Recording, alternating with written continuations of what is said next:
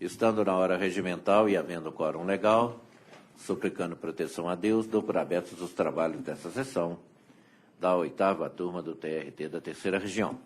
Cumprimento os colegas julgadores, a representante do Ministério Público, senhores advogados, os operosos servidores, e coloco em discussão a ata da sessão anterior. Alguma objeção? A ata aprovada à unanimidade. Algum registro? É amanhã é aniversário, né?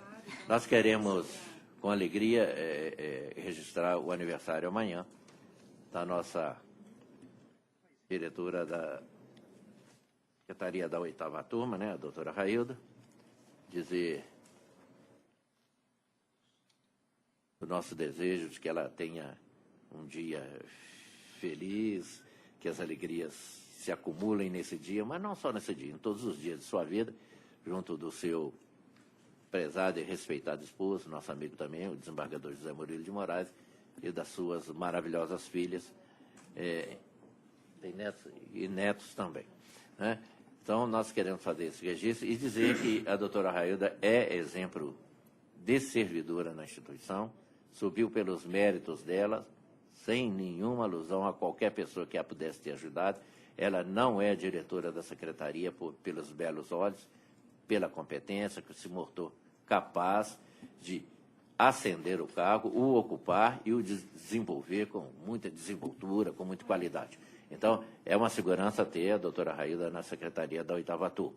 Então, eu quero cumprimentar a nossa querida doutora Railda e dizer que somos felizes de tê-la trabalhando conosco e que as felicidades se multipliquem nos dias que serão, né, eternos na sequência da sua vida. Tá, com a adesão de todos, né? E, pois não. Estou defendendo o doutor Fabrício, presidente da subseção de Minas Gerais, querendo também cumprimentar a doutora Railda. Perfeitamente. Capaz. Vamos fazer da OAB então, e a AMAT. Com a adesão de todos, inclusive da OAB e da AMAT, através do ilustre e prezado advogado que acabou de se manifestar. Bom, vamos passar ao julgamento dos processos da pauta e será feita o pregão regimental, observada a preferência dos ilustres advogados que estejam inscritos para a sustentação.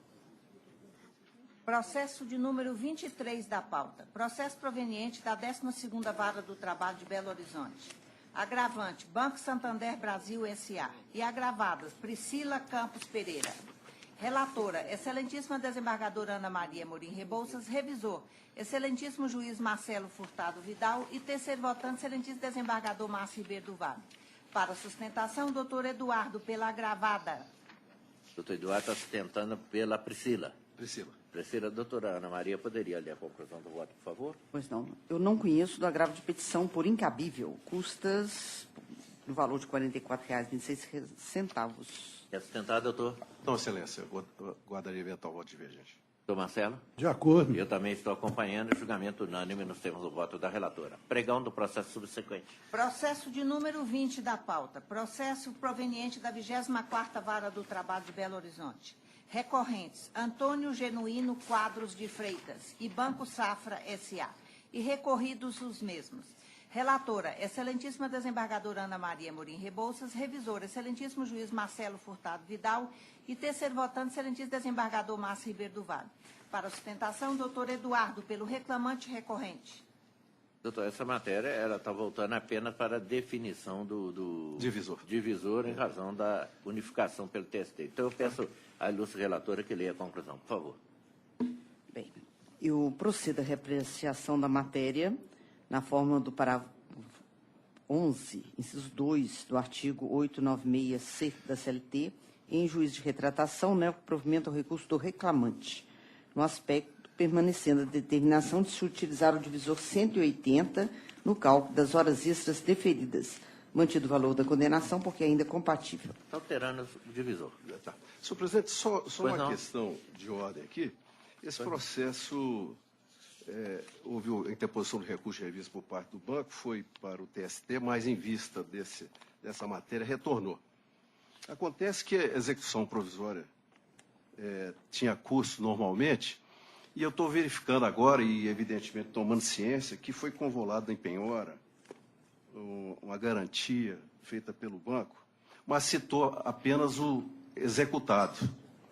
Então, para resguardar eventual direito que o recorrido e possivelmente embargante nesse processo, eu não teria condições de apresentar essa impugnação na forma do artigo 884 da CLT. Então, gostaria de ressalvar a oportunidade de apresentar quando o retorno dos autos de intimação pelo juízo de primeiro grau.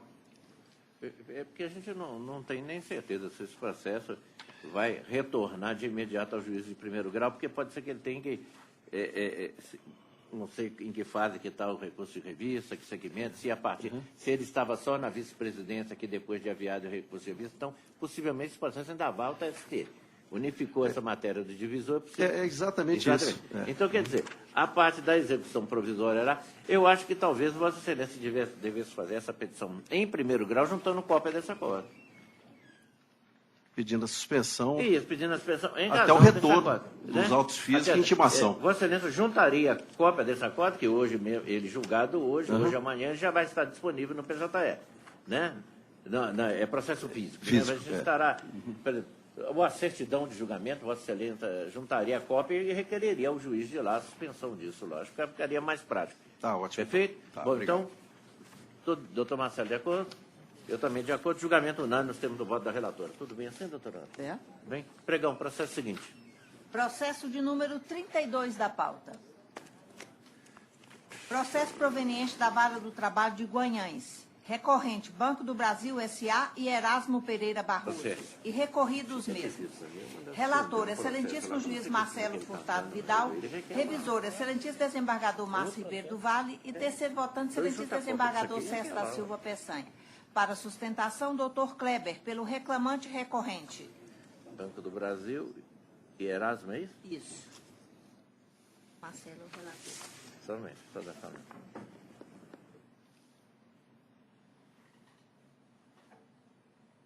Ele está sustentando pelo Erasmo, é isso? Sim, excelência, pelo Tem reclamo. a palavra, doutor, por favor. Senhor presidente, igreja turma, em nome de quem peço licença e cumprimentos dos demais presentes nessa sessão, aqui eu venho reiterar as razões de recurso ordinário interposto pelo reclamante, pedir que seja dado provimento integral ao seu recurso, reformando-se parcialmente a sentença proferida, bem como com relação ao recurso do banco seja negado provimento. Esse processo já veio a julgamento nesse tribunal, onde foi tratada a questão do protesto interruptivo da prescrição, determinou-se o retorno do processo à primeira instância, e foi proferida a nova sentença, interposto novos recursos. Bom, inicialmente, o primeiro tópico objeto do recurso do reclamante, que eu peço que seja dado provimento, diz respeito às horas extras, especialmente afastando-se a questão da confiança bancária, que seja deferida a hora extra 7ª e 8ª, quando ele exerceu o cargo de assistente. As demais matérias, a gratificação de função e a sua incorporação, gratificação semestral e a multa do artigo 467, eu vou me reportar as razões de recurso e pedir que seja negado provimento ao recurso interposto pelo banco em relação aos pedidos que foram providos na primeira instância. Também hora extra, além da sexta, durante um outro período, e a compensação deferida pela OJ 70. Doutor Marcelo é o relator e eu lhe passo a palavra. Senhor presidente, o processo ele é longo, é complexo, são várias matérias suscitadas nos recursos de ambas as partes. E, resumidamente, eu estou admitindo, conhecendo os recursos ordinários e com algumas ressalvas relativas à matéria debatida no que tange a prescrição, que já foi objeto, como doutor procurador mencionou, de apreciação anterior, no acordo de folhas 1055 e 1057. Também estou entendendo que há uma inovação recursal e estou deixando de conhecer a matéria arguida pelo reclamante no que tange ao deferimento do pedido sucessivo de pagamento de diferenças de adicional de função, complementação e adicional básico de função complementação. No mérito, a matéria comum são as horas extras.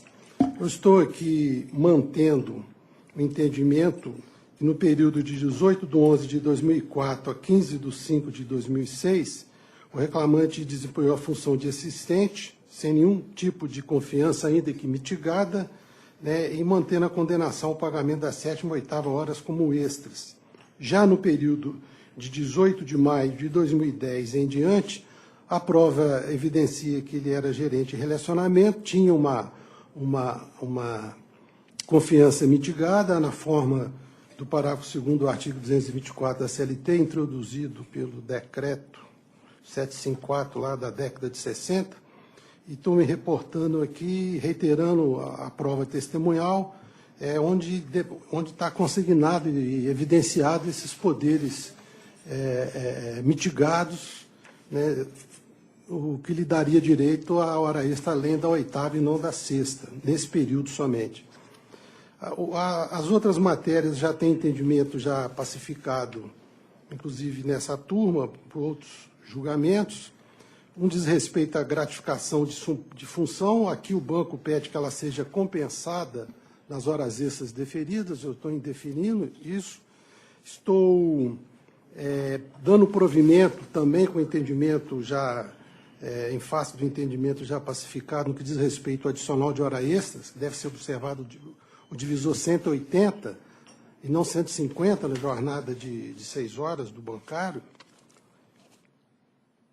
Relativamente à contribuição previdenciária, também estou me reportando e reiterando a delimitação temporal já fixada também nos julgamentos dessa egrégia turma. E, resumindo a conclusão do voto, eu estou conhecendo dos recursos ordinários, à exceção da matéria referente à prescrição arguida pelo reclamado, por preclusão consumativa e por inovação recursal da matéria. E também não estou conhecendo a matéria atinente ao deferimento do pedido de pagamento de diferença adicional de função, complementação, adicional básico de função, em virtude do desempenho da função de gerente de relacionamento. No mérito, nego provimento ao recurso do reclamante e dou parcial provimento ao recurso do reclamado para determinar que, na apuração das horas extras deferidas, seja observado o divisor de 180, na apuração das contribuições previdenciárias seja observada a metodologia prevista na súmula 45 deste regional, e que a multa deverá incidir a partir do exaurimento do prazo fixado na citação para pagamento, após a apuração dos créditos previdenciários, observado o limite legal de 20%. Estou mantendo o valor da condenação, porque ainda compatível com o meu voto, senhor presidente. O doutor Marcelo, só para mim ficar mais a cavaleira aqui no entendimento, parece que no recurso, no que concerne a horas extras, Vossa Excelência está mantendo uma condenação de um período em que se determinou uma jornada a partir da 7ª e 8ª hora, Vossa Excelência está deferindo. Isso. Mas está negando um recurso do reclamante que queria receber a 7ª e 8ª num outro período, é isso? Isso. Isso. Quando Vossa Excelência, então, quer dizer, então há uma condenação referente a horas extras a partir da 6ª, e há uma condenação a partir da 8ª? Não há não, por isso que eu só estou fixando 180. Porque eu estava preocupado com a fixação do 180, porque vai ir do outro período, como é que ficaria? Mas não tem. Perfeitamente. Estou acompanhando integralmente, doutor Sérgio? Eu também estou acompanhando. Então, julgamento unânime, nós temos o voto do ilustre relator. Obrigado. Fernando, bom dia. Pregão, processo seguinte. Processo de número 14 da pauta. Processo proveniente da 10ª Vara do Trabalho de Belo Horizonte. Recorrentes Tiago Nunes Franco e Champer Indústria e Comércio S.A. e recorridos mesmos. Relator, excelentíssimo desembargador César da Silva Peçanha. Revisora, excelentíssima desembargadora Ana Maria Morim Rebouças. Terceiro votante, excelentíssimo desembargador Márcio Ribeiro do Vale. Para sustentação, doutor Marcelo, pela reclamada recorrente. Doutor Marcelo, tem a palavra. Bom dia. Bom dia a todos. No processo aqui, na verdade, existem recursos até de ambas as partes. O recurso da empresa é muito sucinto, diz respeito unicamente ao critério que foi fixado em sentença para apuração das horas extras que foram deferidas.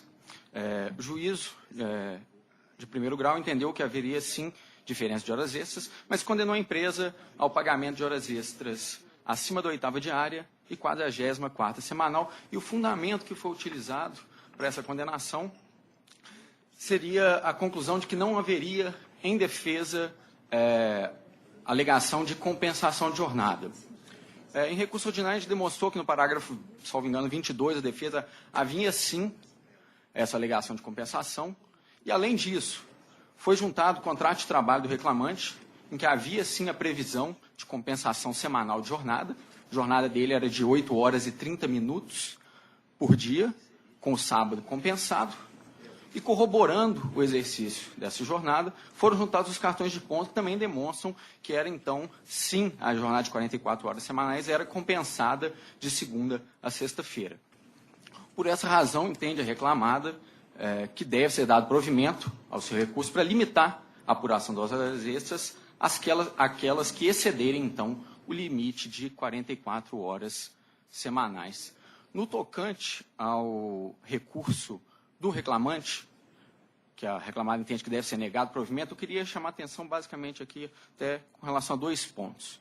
O primeiro ponto diz respeito ao pagamento de diferenças de PLR. E aqui, antes de entrar no mérito, eu queria chamar a atenção até para a causa de pedir que foi apresentada e que embasou a formulação desse pedido. Peço licença para ler um trecho inicial. Conforme se infere dos documentos anexos, acordo de participação dos empregados da Clamper Indústria e Comércio S.A.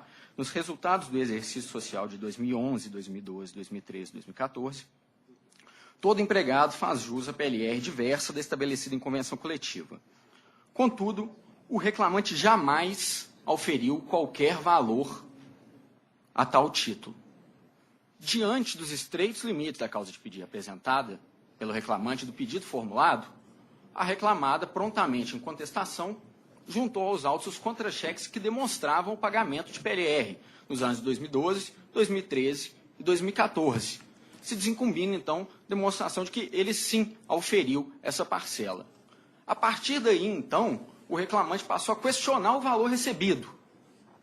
A petição inicial falou que não recebeu nenhum valor a tal título. A partir daí, passou a questionar o valor recebido. Em recurso ordinário, alterando a causa de pedir que foi apresentada, aduziu que a reclamada não trouxe aos autos os documentos que possibilitariam se averiguar a correção no pagamento dessa parcela. Por essa razão, então, e assim, além do mais, como corretamente assinalado pelo juiz de primeiro grau, o reclamante não apresentou sequer algum indício, absolutamente nada, que indicasse que haveria alguma incorreção no pagamento dessa parcela.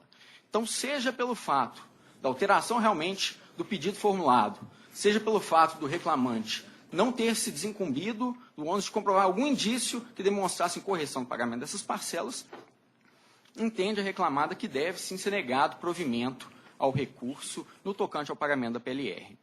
E outro ponto que eu gostaria de chamar a atenção aqui diz respeito ao pleito de equiparação salarial formulado pelo reclamante.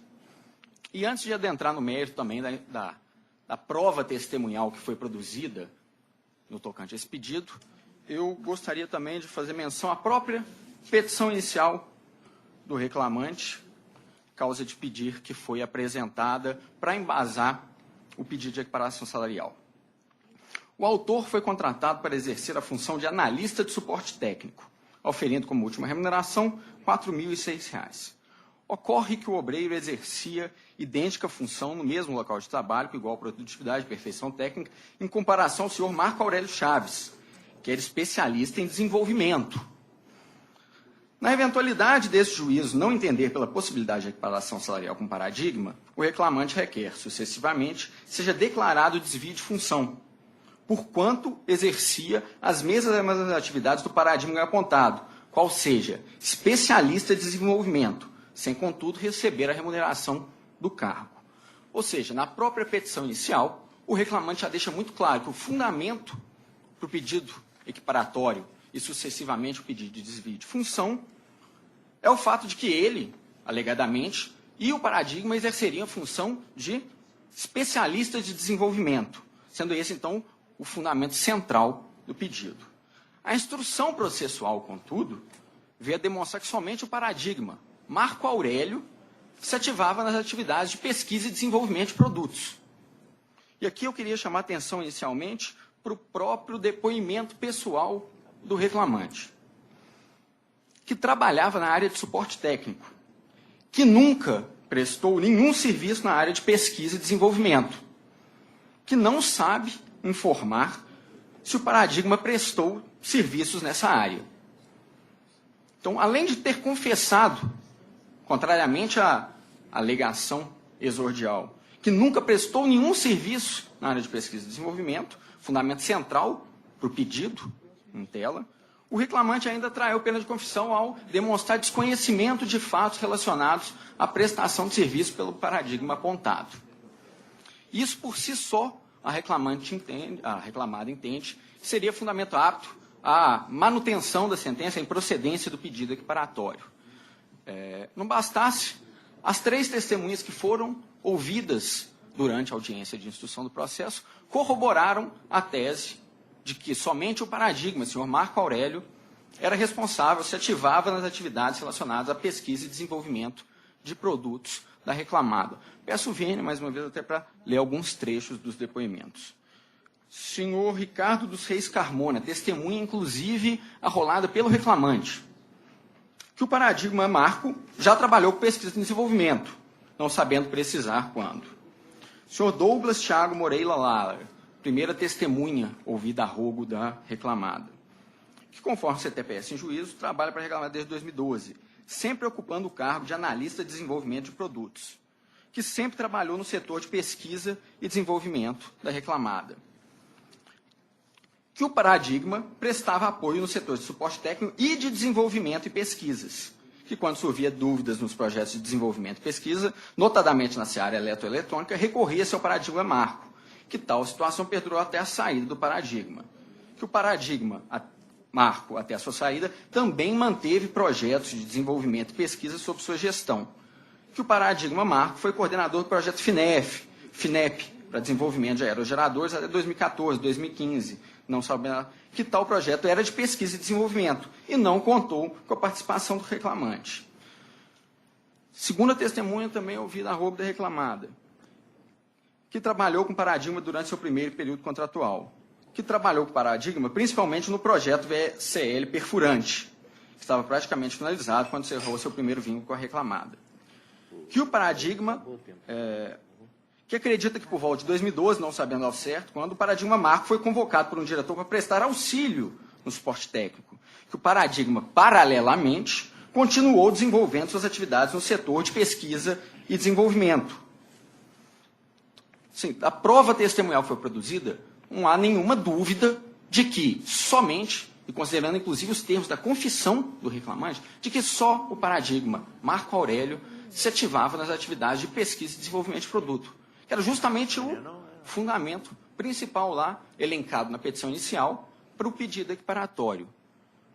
Então, entende a reclamada que deve ser mantida a sentença, que apreciou de forma brilhante, a prova testemunhal que foi produzida. Apenas um comentário, o reclamante, todo o seu apelo é basicamente fundamentado no depoimento de uma testemunha que foi ouvida por carta precatória, o senhor Renato, primeira testemunha dele, que apontou que o reclamante paradigma exerceriam as mesmas atividades. É interessante notar, contudo, que o depoimento dessa testemunha, o depoimento dessa testemunha, ela contraria, ela diverge completamente da própria tese apresentada na inicial. O reclamante falou, olha, o senhor Marco Aurélio não realizava atividades de pesquisa e desenvolvimento, sendo esse fato comprovado pelas outras testemunhas, sendo esse também o fato principal elencado na petição inicial para fundamentar esse pedido. Por essas razões, entende a reclamada, deve ser mantida a sentença, sendo negado o provimento ao recurso ordinário do reclamante. Relator. Eu vou começar, eu estou conhecendo os recursos, mas eu vou começar pelo recurso reclamado, seguindo até a ordem da sustentação oral. A questão, efetivamente, a reclamada aduziu na defesa a compensação. E o juiz Santos entendeu que não teria sido aduzida essa questão da compensação. E como ela efetivamente aduziu e o processo é devolvido ao tribunal, eu estou apreciando essa questão e para dizer o seguinte, primeiro, em relação às horas extras, é fato incontroverso que o reclamante fazia as horas extras. Isso, os cartões de pontos registram que fazia horas extras. O reclamante fez um demonstrativo às folhas 333, ele pegou exemplificativamente o mês 10 do mês 11 de 2013, onde ele demonstra as horas extras laboradas diariamente e que ultrapassam, inclusive, a jornada de 44 semanal. Então, nesse caso, efetivamente, o que nós temos? Nós temos uma prestação habitual de horas extras, né, conforme a demonstração de folha 63. E, paralelamente, a reclamada alegou que havia a cláusula de compensação. Mas como essa jornada, ela extrapolação habitual, eu estou aplicando aqui o artigo, a súmula 85, inciso 4º. Qual seja, como o trabalho, as horas extras é de forma habitual, né, eu estou entendendo que deve ser aplicando exatamente a súmula, qual seja, as horas extras destinadas, e aí estou dando provimento ao recurso reclamada parcialmente, as horas extras destinadas à compensação serão pagas somente com adicional. As demais, que ultrapassaram as 44, já com adicional. Então, meu provimento no recurso reclamado é parcial para restringir a condenação em horas extras referente àquelas destinadas à compensação semanal a apenas o adicional fixado na sentença. E eu mantenho a condenação das horas extras acrescidas adicional em relação àquelas horas extras que extrapolaram o limite de 44 horas semanais. É o provimento. No tocante ao recurso do reclamante, são vários itens. O primeiro deles é a questão da PLR. E só para salientar, como foi salientado a tribuna, a causa de pedido, primeiro, o pedido do reclamante está às folhas 14 dos autos. Eu até pedi o processo aqui, para não ter dúvida, para ler, porque como foi lido a tribuna. Pedido do reclamante, letra G. Pagamento da PLR em seu teto máximo, qual seja o valor de 2,6 salário do reclamante, proporcional aos meses laborais de 2011 e 2014 e integrais relativos ao ano de 2012 e 2013, conforme se infere da cláusula primeira dos acordos ora mencionados a apurar. Causa de pedir, está as folhas 11 dos autos.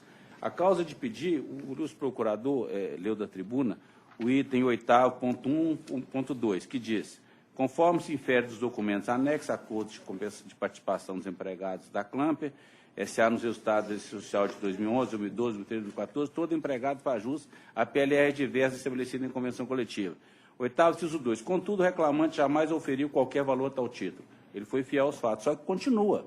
A causa de pedido tem mais. Assim, 8º.3. Assim, considerando a teoria dinâmica da prova e a inacessibilidade dos documentos impostos referidos ao acordo, documentos contábeis, pelo reclamante, este requer o pagamento em seu teto máximo, qual seja o valor de 2,6 salário do reclamante, proporcional aos meses laborais de 2011 e 2014 e integrais relativos ao ano de 2012 e 2013, conforme se infere da cláusula primeira dos acordos ora mencionado. E aí que continua, 8º.4, para efeito de correção monetária, tem-se que o dia de vencimento do pagamento corresponde a 15 de abril do ano subsequente ao exercício, nos moldes da cláusula 4 referido de acordo. 8.5, não obstante eventual condenação, deverá considerar a remuneração do autor advindo de eventual comparação salarial deferida. Essa é a causa de pedir e esse é o pedido. Então, eu estou entendendo, data máxima vênia, que houve pedido de pagamento PLR no teto máximo. O que a reclamada alegou? Eu paguei, só que o valor que foi pago não foi o valor do teto máximo previsto na convenção. E aí, na impugnação, o reclamante vem e diz, olha, o valor que foi pago não observou o distâmio da cláusula normativa. Porque aí ele fala assim, quem tem que comprovar que eu não atingi, que as metas alcançadas é a empresa, não é o empregado, porque o empregado não tem acesso a essa documentação. E eu estou entendendo que nesse aspecto tem razão o reclamante. Porque o ônus da prova em relação ao atingimento de metas em PLR é do empregador, porque ele é que detém esse controle todo. Portanto, eu estou dando um provimento aqui ao recurso reclamante para crescer a condenação reclamada, o pagamento da diferente PLR, utilizando como referência o valor máximo previsto nas normas coletivas. Em questão, 2,6 relativo a 2012, 2013 e 2014, sendo deste último ano de forma proporcional. Como é diferença, quer dizer, pega o valor que ela paga, deduz a diferença que tem que ser paga.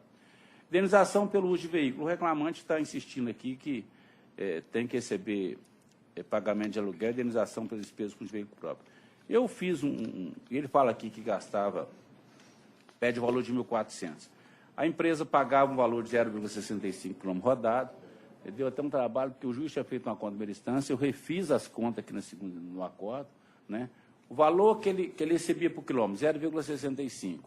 A quantidade de quilômetros que ele gastava. Fiz um demonstrativo e, efetivamente, o valor pago pela reclamada, ele só considerando todo o total, né? Ele cobre não só o combustível, mas toda a despesa que o reclamante teve, inclusive o uso pelo uso do veículo de indenização. Então, aqui estou demonstrando aqui contabilmente que efetivamente o valor pago pela reclamada cobria tudo, sobrava mais, quer dizer, exatamente a sobra era para compensar esse uso do veículo que ele tinha.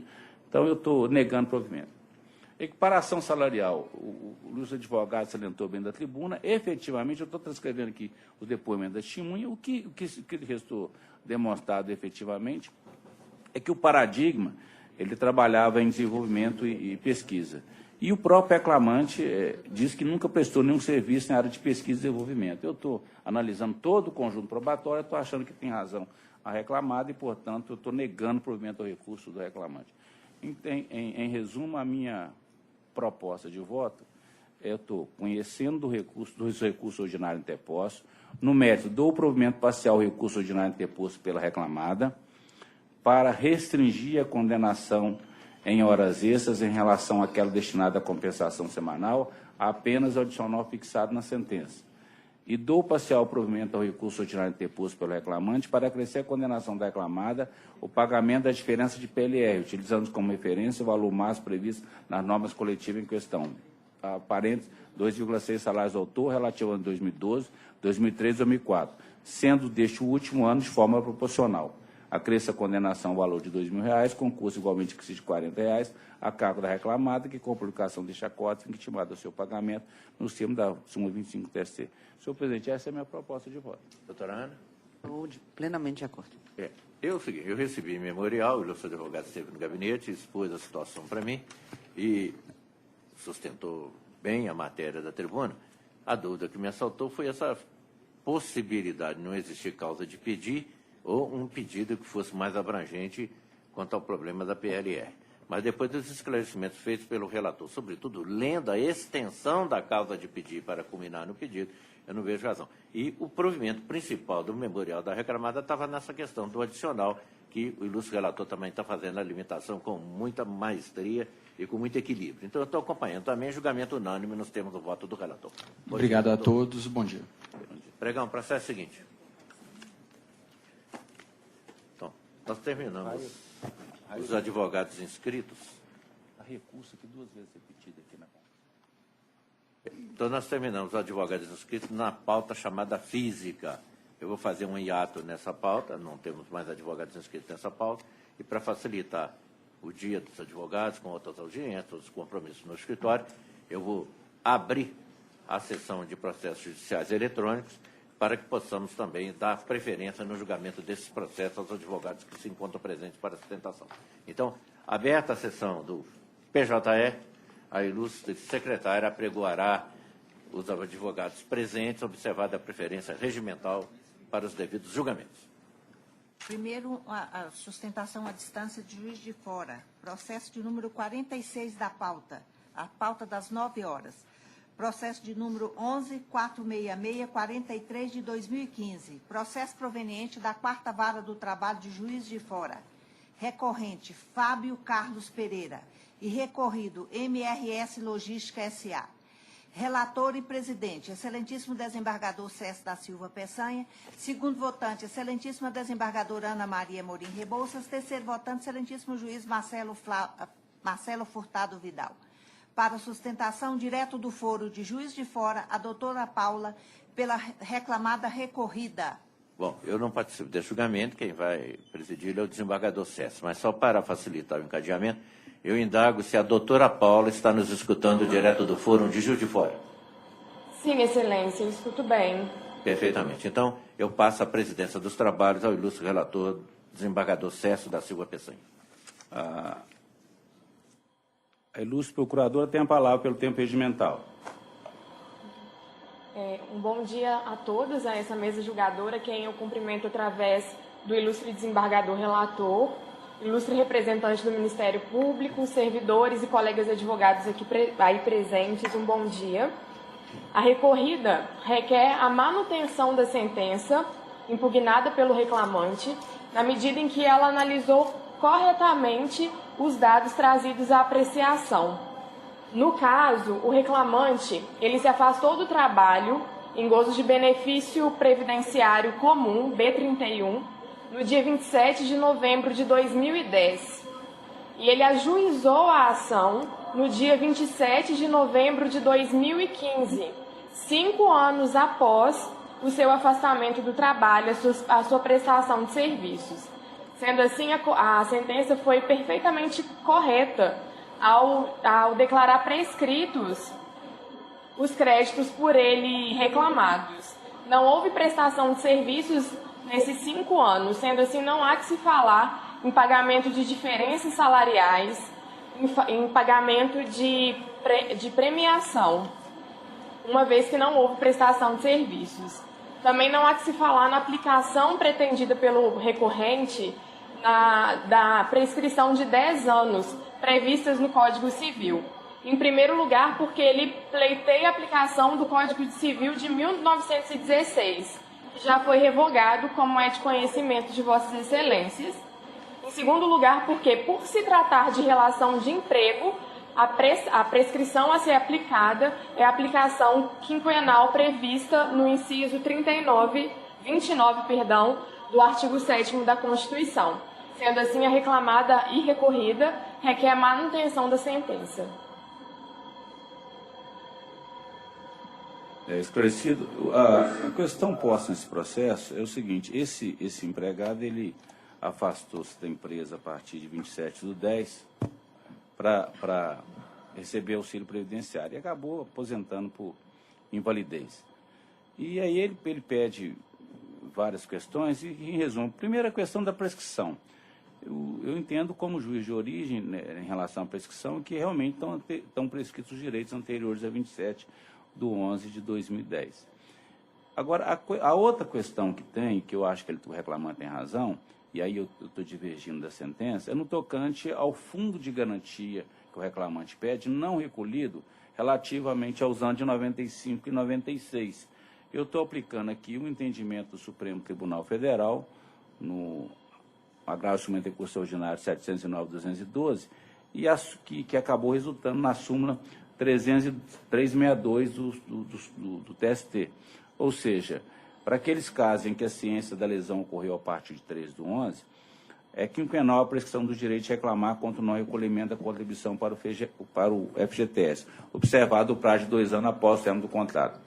E 2, para os casos em que o prazo profissional já estava em curso, em 3/11/2004, aplique-se o prazo profissional que consumar primeiro 30 anos, contato do termo inicial, ou 5 anos a partir de 3/11/2014. Portanto, eu estou entendendo que, no caso do fundo de garantia, em relação à pressão em relação ao fundo de garantia dos depósitos não realizados no período de abril de 95 a novembro de 96, a prescrição é a trintenária. E eu estou dando provimento nesse aspecto. A questão da equiparação salarial. O juiz entendeu, de origem, que o reclamante tem direito à equiparação salarial. Mas ele indeferiu o pedido em função de quê? Embora tenha conhecido o direito à equiparação salarial, considerando que o autor goza de benefício previdenciário desde 14/12/2010. Então, ele falou, não tem nada a ser pago pela reclamada, cabendo, se assim lhe aprover, pleitear a majoração do seu benefício previdenciário perante o INSS. Eu estou aqui entendendo como sustentado pelo reclamante, em face da lei previdenciária, o artigo 59 da lei 8.203/91, o período que os 15 primeiros dias do auxílio previdenciário, ele tem que ser pago pelo empregador, somente depois é que ser pago pelo empregado. E nesse período, portanto, como o juiz reconheceu a equiparação salarial desde no período imprescrito, ele tem direito ao salário da equiparação, diferenças ao salário da equiparação salarial, nesse período que o salário tem que ser pago pelo empregador, ou seja, que antecedeu ao auxílio previdenciário, ou seja, aqui no caso 28/11/2010 a 13/12/2010, com os reflexos que eu estou esclarecendo aqui. Nos outros tópicos, eu estou entendendo que realmente o reclamante não tem razão. Horas extras tem mais verba trabalhista, não trabalhou nesse período, não tem por que receber as demais parcelas aqui, que está horas ele não trabalhou, não tem como pagar horas. Prêmio PLR da mesma forma. Em resumo, a minha proposta de voto é a seguinte: eu estou conhecendo o recurso ordinário interposto para reclamante. No mérito, eu dou o provimento parcial ao apelo para afastar a prescrição quinquenal em relação aos pedidos de condenação da reclamada ao pagamento do fundo de garantia em razão dos depósitos não realizados no período de abril de 95 a novembro de 96. B. Acrescer a condenação à obrigação da reclamada em proceder aos recolhimentos dos depósitos de FGTS não realizados entre abril de 95 a novembro de 96, conforme se apurar na fase de liquidação de sentença, comprovando nos autos. C. Acrescer a condenação ao pagamento das diferenças salariais oriundas da equiparação salarial, limitadas ao período de 28 de 11 de 2010 a 3 de 12 de 2010, com os reflexos declarados na sentença em adicional de periculosidade, horas extras, horas de prontidão, horas de passo, adicional noturno, PLR, 10º salário, férias mais um terço, FGTS, devendo esse ser depositado em conta vinculada ao reclamante. Estou declarando para fins de previdenciária a natureza salarial, a exceção do FGTS reflexo em férias mais um terço. Acrescendo a condenação, o valor de R$ 5.000, com custos igualmente acrescidos de R$ 100 a cargo da reclamada, que complicação deste acordo fique intimado ao seu pagamento nos termos da súmula 25 TST. É a minha proposta de voto, presidente. Não, esse é que estou presidindo, é porque eu confundi o outro. É a doutora Ana Maria? Eu acompanho integralmente. Doutor... Então, esse é o resultado que se proclama por unanimidade. Unanimidade. Perfeito. Eu transfiro a presidência novamente ao doutor Márcio para encerrar a transmissão. A ilustre advogada doutora Paula ainda continua nos escutando? Continuo. Doutora Paula, tem um outro advogado aí da nossa querida Juiz de Fora, de nome Wagner Antônio Viga. Ele se encontra aí no fórum para sustentação? Não, excelência. Só a ilustre advogada que se encontra presente? Existe um outro procurador, doutor Paulo, mas é outra turma. Não, da não. 11ª turma, sustentação. Não, então tudo bem. Doutora Paula, então eu vou cortar a conexão com o Juiz de Fora, o julgamento já se ultimou. Cumprimento a ilustre advogada e todos que se encontram no fórum aí da Manchester Mineiro. Um abraço. Obrigada, excelência. Bom dia. Bom dia. Pregão, processo seguinte. Processo de número 35 da pauta. Processo de número 11.188.57 de 2016. Processo proveniente da Vara do Trabalho de São Sebastião do Paraíso. Recorrentes, Armazéns Gerais, Peneira Alta Limitada. E Carlúcio Caires do Santo. Recorrido os mesmos. Relator, excelentíssimo desembargador Márcio Ribeiro do Vale. Segundo votante, excelentíssimo desembargador César da Silva Peçanha. E terceiro votante, excelentíssima desembargadora Ana Maria Morim Rebouças. Para sustentação, doutor Antônio Fabrício, pelo reclamante recorrente, e doutor Michelangelo, pela reclamada recorrente, ambos presentes. Como nós temos dois ilustres advogados para sustentação, fala primeiro o advogado reclamante recorrente, o prezado doutor Fabrício. Por favor, doutor Fabrício. Excelentíssimo senhor presidente, ilustres julgadores dessa turma, senhora representante do Ministério Público, senhora secretária, caros colegas. Esse caso é um caso em que o reclamante está inválido, em que o laudo pericial trata desse caso, constatando o nexo entre sua atividade por não utilização dos EPIs, por não fornecimento de EPIs, não treinamento, mostrando que essa invalidez tem toda a conexão pelo tipo de atividade que ele fazia. Ele hoje, ele não consegue mais exercer nenhuma atividade laboral, nem de lazer.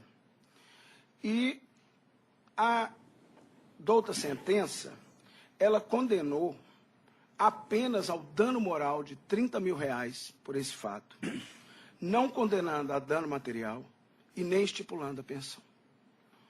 Esse caso, ele e nossa sustentação, ela se respalda no laudo juntado nos autos, em toda a legislação com base no Código Civil e, além disso, o artigo 7º, inciso 34, diz da Constituição que seguro contra acidentes de trabalho, a cargo do empregador, sem incluir indenização que está obrigado quando incorrer em dolo ou culpa. E a culpa, excelências, está plenamente demonstrado dentro da perícia. E nós requeremos aqui, portanto, ampliação do dano moral, bem como a aplicação do dano material e a pensão vitalícia, pois o que mais está provado é o nexo entre o fato, a atividade e a doença, causando, assim, a sua invalidez, que está reconhecida pelo INSS oficialmente, além de todas as provas carreadas aos autos, inclusive os depoimentos. É o que tem para sustentar e é o que se requer. Muito obrigado, bom dia. Com a palavra, o ilustre advogado da empresa reclamada e recorrente, também recorrente, doutor Michelangelo Rafaeli. Doutor Michelangelo. Meritíssimo desembargador presidente, na pessoa de que eu peço licença para saudar os demais componentes desta egrégia mesa, Ministério Público e o pessoal de apoio. Ouvi com atenção o nobre ex-adverso, mas, na realidade, trata-se de, no caso que ele explicou com clareza, que trata-se de um processo em vigor. O reclamante realmente tem uma incapacitação parcial para o exercício da função de saqueio, o carregador de saco de café, que ele nunca exerceu. Ele trabalha exclusivamente com tração. Carregava, conduzia os sacos, conhecedor que era a empresa da deficiência pré-existente e de uma doença que não pode ser detectada num exame admissional. Então, ele não está incapacitado para aquela função que, aliás, ele não exerceu. A sustentação oral é muito simples de fazer. Eu confirmo aqui a defesa da empresa e ambos, tanto a decisão como os recursos, são de uma síntese muito bem elaborada. Então, repetindo, a incapacitação é parcial. Não quero discutir aqui a afirmação do ex-adverso, mas ele está em gozo de um benefício previdenciário e o contrato de trabalho está em plena vigência. Não há rescisão, não há invalidez total. Ele recebe normalmente o seguro, recebe o pagamento da Previdência e tratava-se de uma doença pré-existente e congênita, não digo congênita, realmente esse termo não existe. Ela é progressiva. E isso seria até uma forma de desestimular a contratação de pessoas com deficiência, que é uma das finalidades sociais da Justiça do Trabalho. A sentença foi bem elaborada, exagerada, inclusive, na condenação do valor de 30 mil cruzeiros, 30 mil reais, desculpe, pelos danos morais, e a pretensão é eliminar por quem devida ou reduzi-la. Justiça, excelência. Bom, ouvi atentamente dois excelentes advogados com duas excelentes manifestações. O processo vem da Vara do Trabalho de São Sebastião do Paraíso e o juiz de origem julgou procedente em parte a reclamatória, estão recorrendo as duas partes, estou conhecendo dos dois recursos.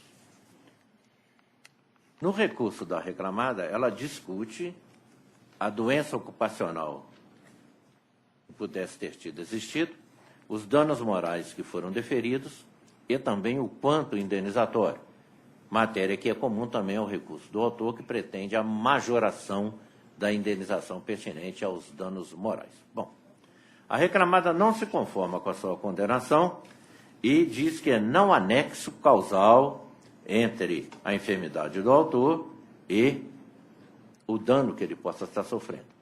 E o reclamante, ao contrário, diz que ele teria direito a uma indenização por dano moral, dentro desse tópico dano moral, muito acima. O exame dos autos nos mostra que é o seguinte: o reclamante trabalhou para a reclamada, trabalhou. E o reclamante era portador do chamado síndrome de impacto. E a perícia esclarece o que é a síndrome do impacto. É uma doença que você pode passar a vida inteira sem ela ter consequências, se você não exercer uma atividade ou se você não tiver um tipo de vida que gere impacto, que gere uma sobrecarga sobre você. Então, é possível que pessoas com síndrome de impacto passem a vida inteira e venham a falecer, nem sabiam que tinham isso. E aqueles que têm essa síndrome de impacto, eles têm uma predisposição para que essa doença, diante do impacto, ela venha a ser exacerbada, ela venha a ser clareada, ela aparece. E era o caso. O reclamante foi admitido na empresa, ninguém sabia, exame admissional normal. Como ele começou a aparecer com dores, foi examinar. Então, constatou-se que ele tinha uma síndrome de impacto e que o fato dele transportar sacarias acabou fazendo com que a doença pudesse aparecer. Era uma doença própria dele, é uma degeneração que dele, mas que, diz o perito, acabou a atividade na empresa funcionando como uma concausa, não como causa, mas como concausa. Porque existem doenças que aparecem no curso da relação de emprego, mas não tem nada a ver com a relação de emprego. O empregado está trabalhando na empresa, normalmente chega em casa com... Ele quebra o braço numa atividade dentro de casa. Não é uma doença lá da empresa, a empresa não é responsável por isso.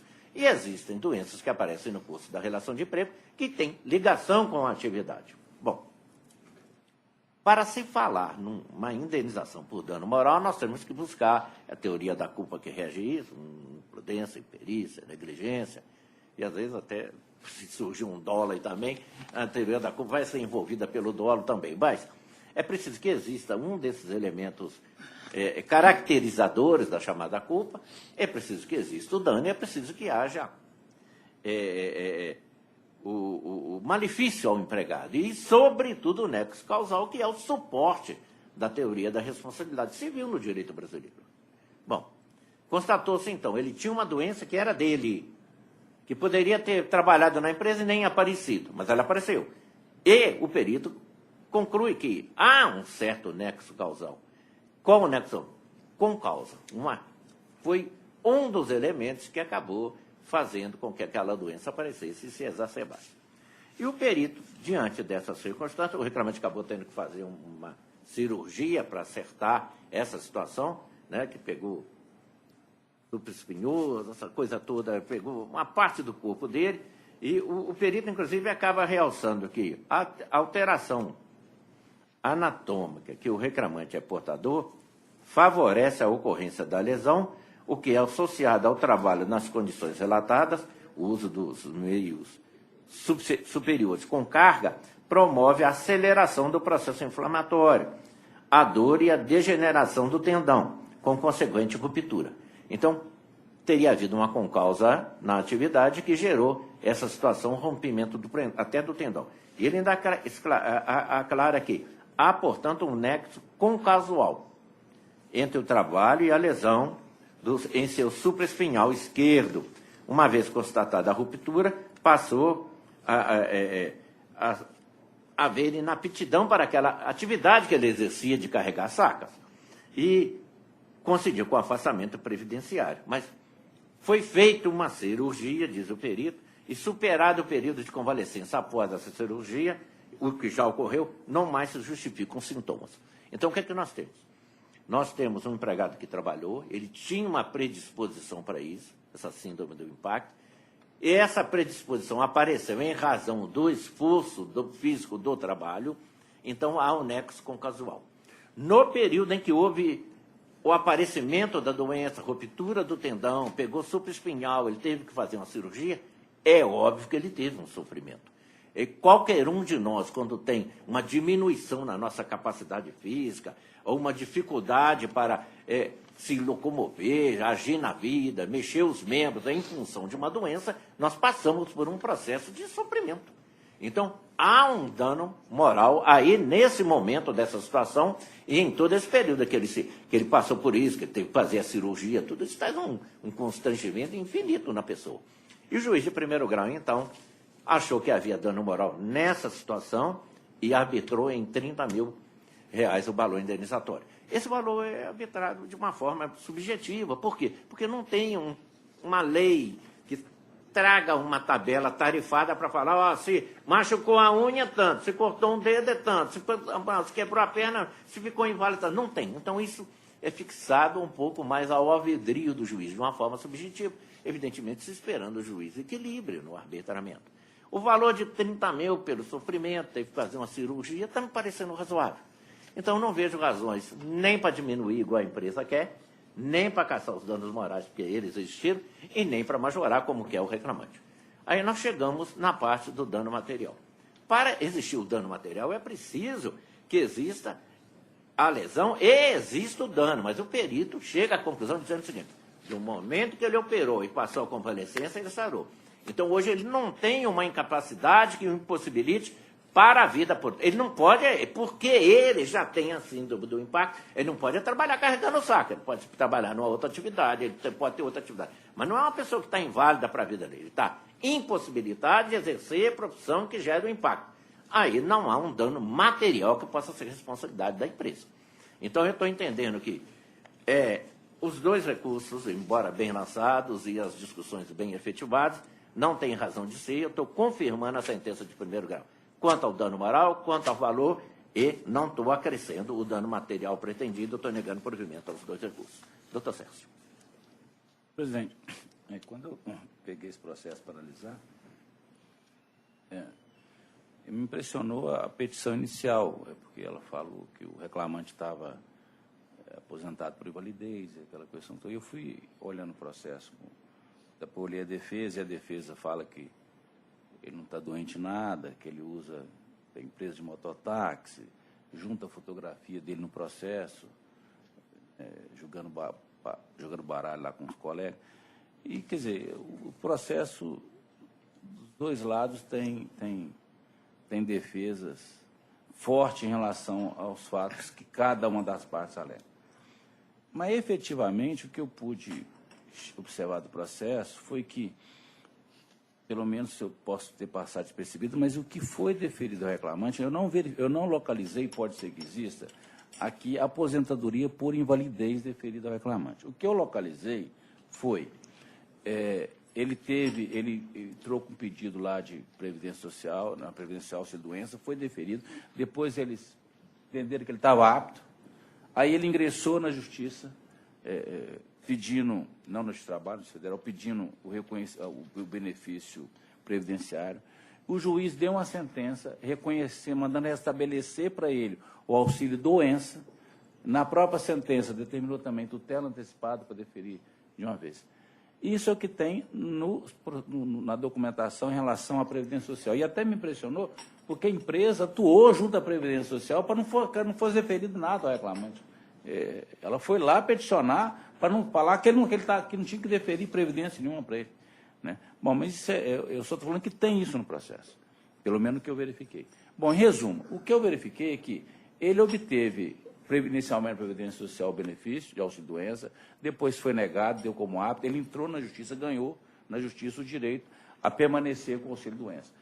Pode ser que ele esteja hoje efetivamente aposentado por invalidez, mas no processo eu não verifiquei a prova dessa aposentadoria. De toda forma, o que aconteceu? Diante até das alegações de ambas partes, foi determinada aqui, tem duas perícias, uma de insalubridade, que foi a Ângela que fez, a doutora Ângela, e a outra, que interessa aqui, que é profissional, feita pelo perito Rodrigo.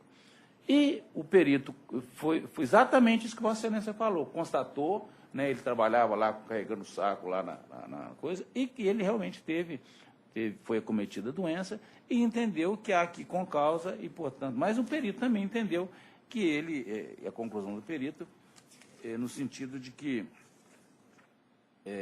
ele está inapto para esse tipo de atividade, mas apto para demais atividades que não envolvam o carregamento de peso com menos superior à execução.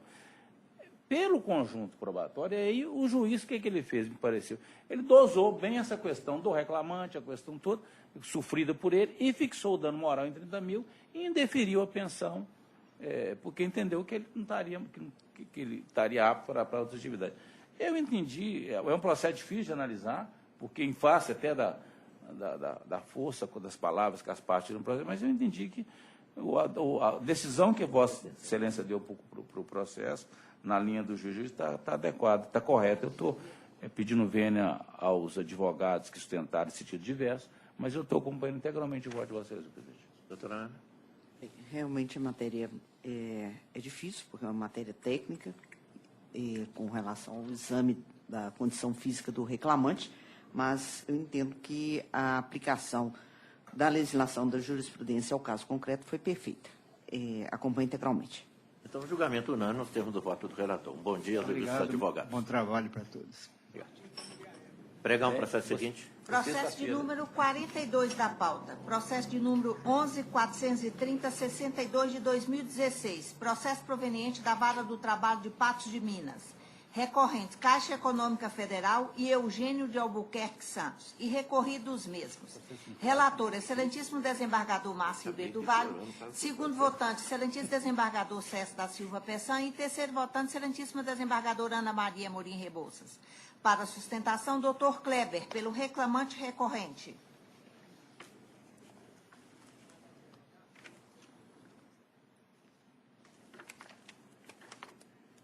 Consegui abrir aqui, eu até veio aqui.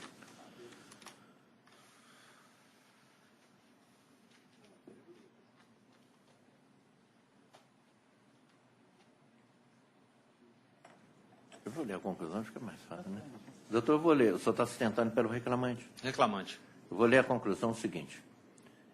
Eu estou conhecendo dos recursos, rejeitando uma preliminar de deserção do apelo do empregado suscitada pela Caixa em contra-razão.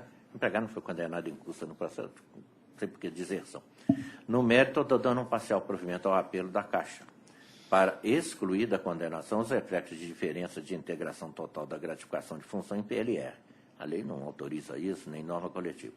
E estou dando parcial provimento também ao recurso do autor para ele deferir os benefícios da justiça gratuita e estou acrescentando a condenação aos honorários assistenciais arbitrados em 15%, que é a comprovação de assistência sindical no processo. No mais, quanto às questões de integração da gratificação na função pelo exercício e as outras parcelas, eu estou confirmando a decisão. Quer sustentar, doutor? Senhor presidente, eu acredito que não tenha necessidade, não. A outra matéria do nosso recurso é o divisor, então... O divisor já foi corretamente arbitrado em primeiro grau. Penso que não há necessidade, não. Somente pedir que seja data-venda da proposta de voto do provimento dado ao recurso da Caixa para que seja negado provimento no tema da gratificação de função. Somente. Doutor Sérgio? Estou acompanhando Vossa Excelência. Doutora Ana? Acompanho. Julgamento unânime, nós temos o voto do relator. Obrigado, Excelência. Pregamos para o processo seguinte. Processo de número 57 da pauta. Processo de número 12.784.08 de 2014. Processo proveniente da 6ª Vara do Trabalho de Contagem. Recorrente, Torque Engenharia e Consultoria Limitada. E recorrido, Adriano Barbosa dos Santos. Relator, excelentíssimo desembargador Márcio B. do Vale. Segundo votante, excelentíssimo desembargador César da Silva Pessan. E terceiro votante, excelentíssima desembargadora Ana Maria Morim Rebouças. Para sustentação, doutor Rogério, pela recorrente. Doutor, sustentando pela Torque. Pela Torque, pela reclamada, exatamente. Tem a palavra, doutor. Excelentíssimo senhor presidente dessa douta turma, na pessoa do qual eu saúdo todos os demais componentes e presente nessa solene sessão. Excelentíssimo desembargador relator, esse processo, na verdade, trata-se de uma ação, de uma reclamação trabalhista em que foi considerada conficta, foi considerada a confissão ficta da reclamada em razão da sua ausência na audiência de instrução.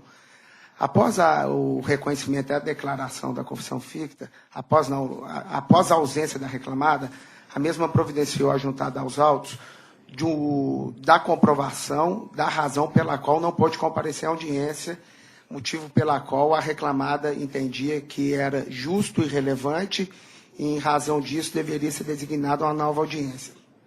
Na oportunidade, a reclamada, ao se direcionar para a Justiça do Trabalho da Vara de Contagem, da comarca de Contagem, sofreu um acidente automobilístico no dia... Tanto Belo Horizonte quanto a cidade de Contagem era cometida por uma enorme tempestade e, por essa razão, não pôde comparecer. Providenciou imediatamente a juntada aos autos do boletim de ocorrência e do comprovante de reboque do veículo e, nesse sentido, requereu que fosse designada uma nova assentada. O juiz de primeira instância, data máxima vênia, entendeu que o motivo tratava-se de um pequeno incidente e que, portanto, não haveria de ser designada nova audiência, uma vez que, por tratar-se de um pequeno incidente, não era um motivo relevante o suficiente. Nesse sentido, a reclamada requer que seja designada nova instrução processual para que ela possa ter pleno exercício à ampla defesa ao contraditório, uma vez que, nos termos do artigo 844 da CLT, acredita que, e nos termos da jurisprudência dominante, que a ocorrência de um acidente automobilístico é um motivo justo e relevante apto a ensejar a designação de nova sentada. Sucessivamente, na hipótese de ser superada essa preliminar de nulidade de cerceamento de defesa, com a confissão ficta reconhecida, aplicada, declarada pelo juiz de primeira instância, o que se reconheceu foi que o reclamante trabalhava 24 horas por dia. Na inicial, o reclamante alega, ele desenvolvia a função de servente, carteira de trabalho assinada, de 7 às 17. E alega que, posteriormente, das 17 às 7, exercia a função de vigia. Reconhecida a confissão ficta, foi declarado pelo juiz de primeira instância o reconhecimento desse novo contrato de trabalho, determinando que fosse pago todos os salários desse novo contrato de trabalho, 13º, fundo de garantia e todas as verbas consectárias. Reconhecendo, portanto, assim, que o reclamante desenvolvia jornada de trabalho em 2 contratos para a mesma reclamada de 24 horas. Ainda que tenha a confissão ficta, existe em prova nos autos, e a confissão ficta, como nós bem tratamos, gera presunção relativa de veracidade. Existe em prova nos autos que o reclamante, na verdade, residia no alojamento da reclamada. É o documento de ID 5B077A7. Esse documento sequer foi impugnado quando o reclamante teve a oportunidade de manifestar sobre a defesa e os documentos juntados aos autos. E além desse documento que não foi impugnado, nós também devemos reconhecer que a confissão ficta não pode tornar o triângulo bola o bola quadrado. Era uma presunção de veracidade. Há um documento nos autos dizendo que ele residia e não exercia a função de vigia, que não foi impugnado. E ainda assim, é desarrazoável que se reconheça que o reclamante exercia a jornada de trabalho de 24 horas por dia. Então, nesse sentido, requer que seja dado provido ao recurso. Muito obrigado. Bom, nós temos aqui um processo que tem algumas questões que são diferenciadas, que não acontecem todo dia. Ele vem da 2ª Vara do Trabalho de Contagem, que julgou parcialmente procedente à reclamatória. A reclamada está recorrendo, eu estou conhecendo de um recurso. Tem uma preliminar recursal, onde a empresa levanta uma nulidade por cesseamento de defesa e quanto à confissão ficta que lhe foi aplicada. O que aconteceu? A ré compareceu naquela chamada audiência que a gente, entre aspas, chama de inaugural, apresentou defesa, presente ao reclamante, e todo mundo saiu intimado que teria uma audiência de instrução, que deveriam comparecer sob pena de confissão. Bom, na audiência de instrução, a reclamada não compareceu. Não compareceu, o juiz aplicou a pena de confissão. Isso no dia 6 de outubro de 2016. No dia 7, um dia depois, a reclamada juntou nos autos um boletim de ocorrência dizendo que ela não compareceu porque teria tido um acidente. Só que não tem terceiro nesse acidente, não tem ninguém que foi machucado, não tem nada. A prova é um boletim de ocorrência unilateral, você registra o que você quiser, mas juntou um documento de um guincho que teria pego o carro da empresa para poder conduzir. Bom, essa audiência estava marcada para as 11h50 e, segundo o boletim de ocorrência, o acidente, teria acontecido às 11h20, meia hora antes. E o reboque do guincho se fez às 12 horas, ou seja, às 12 horas, todo mundo liberado, guincho levou o carro e tal. E a audiência, na verdade, está lá na ata de audiência, ela começou às 12h42.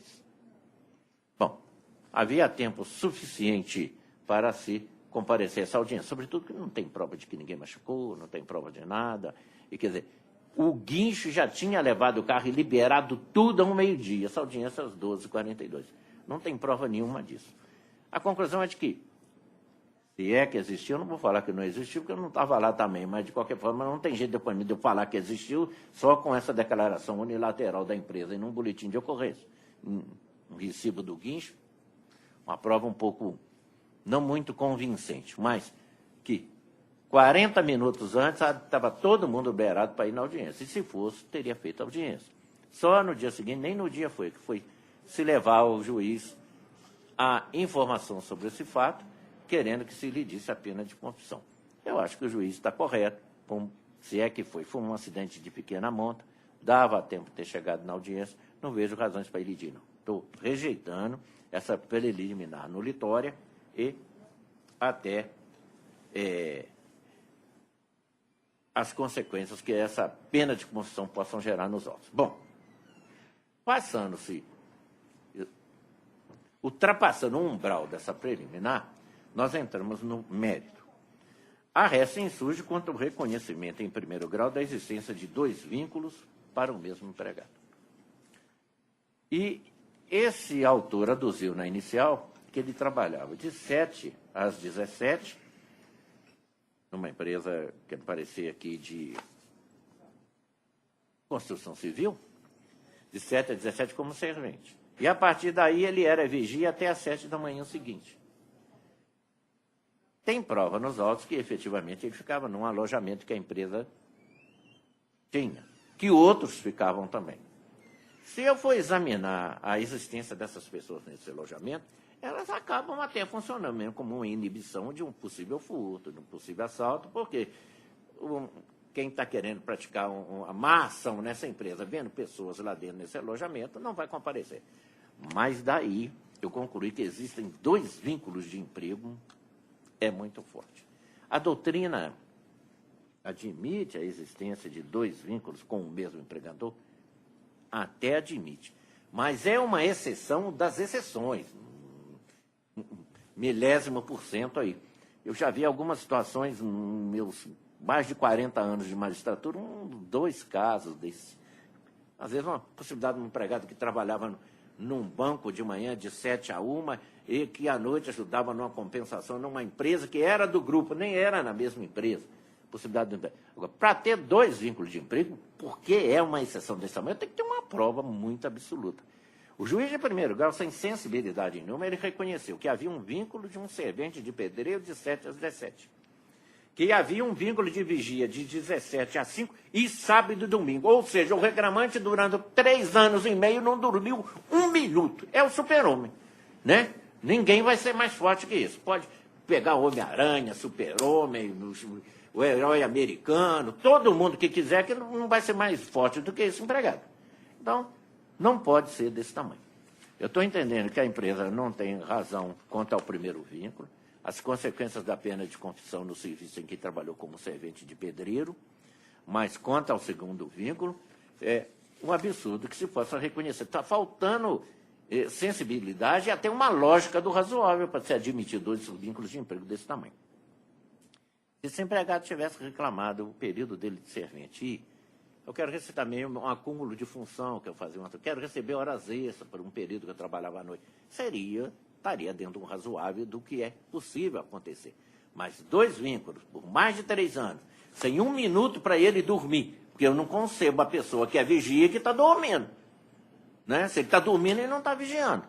Então, eu estou entendendo que, quanto ao período de servente, a empresa tem que se sujeitar à pena de confissão, as provas que estão nos autos, ela mesmo não nega o vínculo, os direitos daí consequentes, inclusive uma retificação de carteira, que houve um registro um pouco tardio, mas quanto ao segundo vínculo, não. Então, em conclusão, eu estou conhecendo do recurso ordinário intercurso pela reclamada, rejeitando a preliminar de nulidade para o cerceamento de defesa, no mérito dano parcial provimento ao apelo para extirpar da sentença a condenação da ré às obrigações de anotação da CTPS do autor, quanto ao vínculo reconhecido em primeiro grau para a função de vigia, bem como excluir da condenação todas as verbas atinentes a tal função, mantida, porém, integralmente a condenação atinente às funções de servente. Estou reduzindo o valor da condenação para R$10.000, com custo de 200 pela reclamada. Assim estou julgando e assim estou entendendo a matéria. Doutor Sérgio. Senhor presidente, me impressionou os fatos alegados pela reclamada reclamado no tocante à questão da ausência da audiência, porque não compareceu nem ela, nem o preposto, nem o advogado. E, efetivamente, ajuntado aos autos uma ocorrência, registro de ocorrência policial feita no dia 7, no dia posterior à audiência, foi no dia 6, dizendo que no dia 6, às 11h20, na Avenida Clóvis Salgado, no bairro Santa Terezinha, um motoqueiro teria fechado lá e ele subiu no canteiro com o carro. O carro dirigido pelo proprietário, que seria o advogado da reclamada, o Rogério de Oliveira Rocha.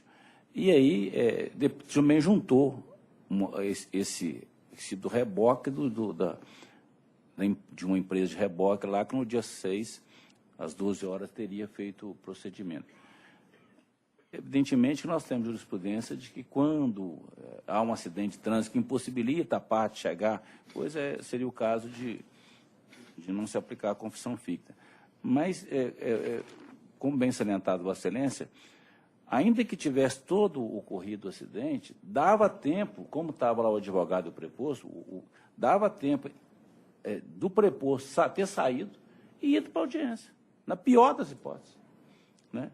Seja no horário que aconteceu o acidente, seja depois que acabou o reboque. Então, por isso tudo é que eu entendi que, com essa documentação e com essa particularidade, que nesse aspecto não tem que tirar a confissão ficta, não. Mas, em relação à questão do vigia, realmente a petição inicial fala, o reclamante trabalhava de 7 às 17 como servente, de 17 às 7 como vigia. É um negócio maluco. Quer dizer, ele não dorme, que você falou, não dorme, não faz nada. Aí não dá para conceber uma coisa dessa. Do jeito que colocado na petição inicial, não dá para conceber. Tanto ele fala que esse trabalho de vigia não recebia salário. Exatamente por quê? Bem, não recebia salário porque não era empregado como vigia nesse período, do jeito que está. Aqui eu estou entendido com Vossa Excelência. É um processo, é uma intensa particularidade, mas não dá para manter a sentença do jeito que ela veio, não. Eu estou acompanhando Vossa Excelência, senhor presidente, integralmente. Doutora Ana. Eu acompanho integralmente. Então, julgamento unânime, sistema do voto do relator. Bom dia, doutor. Muito obrigado, bom dia, bom trabalho a todos.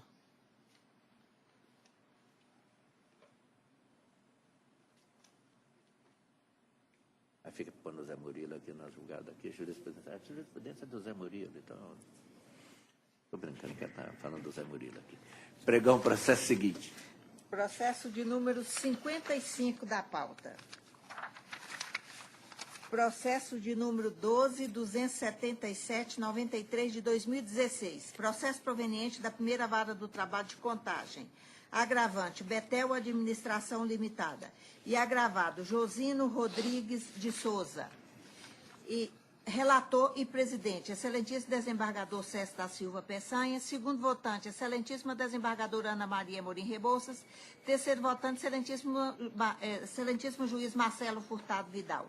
Para sustentação, doutor Sérgio, pelo agravado, pelo Josino, pelo reclamante agravado. Eu não participo do julgamento, presidiu o áudio, desembargador Sérgio da Silva Peçanha. Doutor Sérgio. Cumprimento o ilustre advogado e digo que é um prazer vê-lo nessa tribuna novamente. Obrigado. Após muitos anos.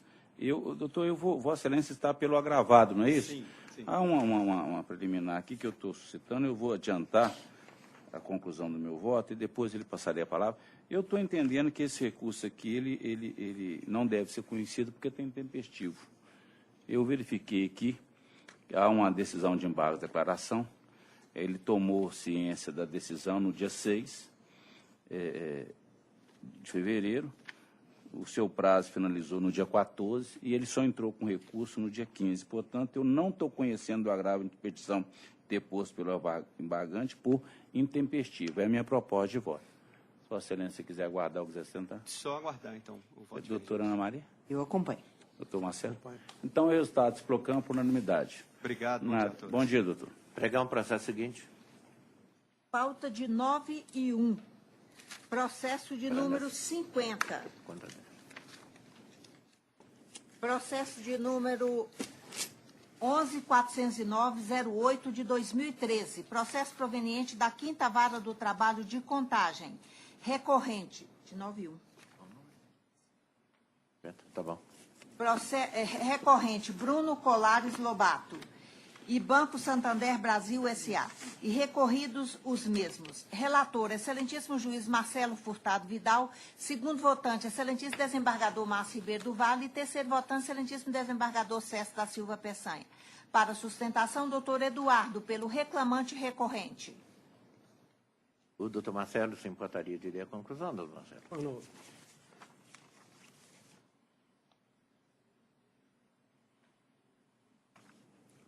Conheço dos recursos ordinários e, no mérito, dou parcial provimento ao recurso obreiro para determinar que a base de cálculo da equiparação salarial seja o salário base acrescido da gratificação de função, comissão de cargo dos paradigmas. Provejo, em parte, o apelo do réu para determinar que, na apuração das horas extras deferidas, seja adotado o divisor 220 para a jornada regular de 8 horas diárias e para excluir da condenação os reflexos da remuneração variável em repousos semanais remunerados e as multas previstas pelos artigos 467 e 477, parágrafo 8º da CLT. Mantém o valor arbitrado da condenação, porque ainda compatível com a presente decisão. Se o ilustre advogado quiser, pode sustentar. Sim, senhor presidente, demais convidados dessa igreja turma, senhora procuradora, senhores funcionários, prezados colegas. Um dos pontos que o reclamante recorrente entende que a respeitável decisão deveria ser reformada e que o ilustre relator entende que deve manter, seria o relacionado com uma equiparação com os senhores Dalson Benvitório e Neili Vieira. A situação fática que aconteceu aqui foi o seguinte: o reclamante, através de outros procuradores, ajuizou uma ação trabalhista que teve curso na 47ª Vara. E, nesse processo, aquele juízo entendeu que existia uma continência com o processo da 5ª Vara de Contagem. E, assim, ele decidiu, e o nosso entendimento é que, com essa decisão de que existiria a continência, o processo teria que ser reunido com o processo ora julgado. O reclamante, independentemente do juízo da 47ª ter remitido ou não o processo relacionado com esses paradigmas para a 5ª Vara de Contagem, o reclamante fez juntar aos atos toda a documentação relacionada com aquele feito,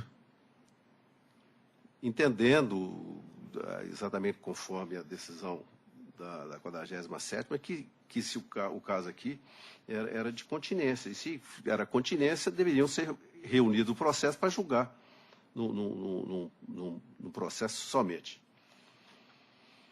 E, assim, o juízo de contagem entendeu que não seria o caso.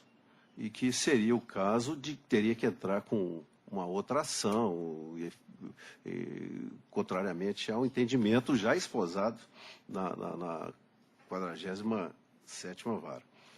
Então, esse aspecto, nós entendemos que, tendo havido a determinação para que o processo fosse julgado conjuntamente com o juízo prevento, que seria da 5ª Vara de Contagem, e tendo havido prova da identidade de função quanto a esses paradigmas também, nós entendemos que deve ser sido provimento para deferir a equiparação também e os consecutários também com Dalson e Neili Vieira, o que for mais benéfico, evidentemente. Então, nesse termo, espera, respeitando o entendimento do relator, que seja provido recurso para acrescer a condenação nesses termos. Ilustre relator. Eu ouvi atentamente a exposição do ilustre advogado e eu vou começar examinando esse tópico e depois os outros tópicos do recurso que dizem respeito também a um pedido de pagamento das horas extras excedentes à cesta diária que compõem né, o rol das matérias objeto do recurso. Com relação a esse primeiro tópico, o que eu reli, reexaminei os autos várias vezes para entender aquilo que o recurso, em determinado momento, diz que houve um imbróglio, né, uma confusão. O que aconteceu é que o ilustre procurador, como ele mesmo disse, ajuizou uma reclamação trabalhista em contagem com 4 modelos, 4 paradigmas. Ocorre que o reclamante, agora que está se esclarecendo através de um outro escritório de advocacia, não é isso, doutor? Exatamente. Ajuizou em Belo Horizonte uma reclamação com mais 2 paradigmas. 4 lá, 2 aqui. E o juízo de Belo Horizonte, da 47ª Vara, entendeu que havia continência. Determinou a remessa desses autos físicos para a contagem. Era uma fase de implantação do PJE em contagem. A juíza, na época diretora do foro, entendeu que o ilustre procurador deveria digitalizar aqueles autos físicos através de um novo processo, não apenas juntando cópias. Ela queria assegurar um contraditório amplo e que, a partir daí, que ela iria examinar a reunião desses 2 feitos. Deu um prazo para que o procurador assim procedesse e o procurador não procedeu. Então, ela julgou extinto esse processo que veio de Belo Horizonte.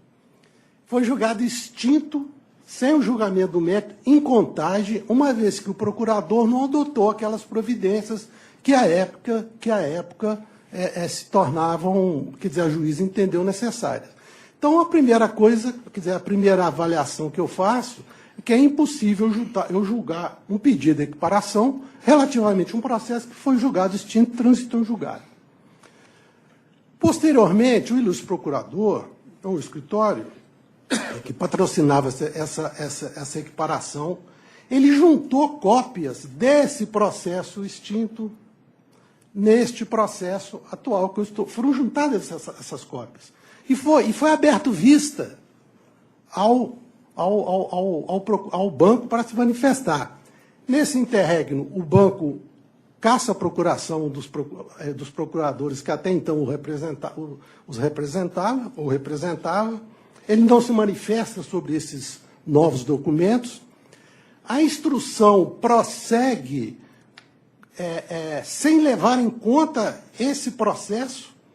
Ninguém diz nada, não há instrução. A juíza, ao realizar a audiência, ela já havia sido julgado extinto o processo, ela não levou em consideração a existência desse processo lá e a sentença foi proferida. Nos embargos de declaração, ela disse que o processo está extinto, houve uma decisão transitada e julgado, argumentou-se que um funcionário de contagem da distribuição teria orientado ou aconselhado a juntar essas cópias. A juíza entende que isso aí não elide o fato de o processo ter sido julgado, extinto sem julgamento do mérito, e que nem todas as cópias desse processo originário haviam sido reproduzidas nos autos. E eu pesquisando o porquê desse aproveitamento, eu observei em cópias digitalizadas que um dos paradigmas que fizeram parte desse processo que foi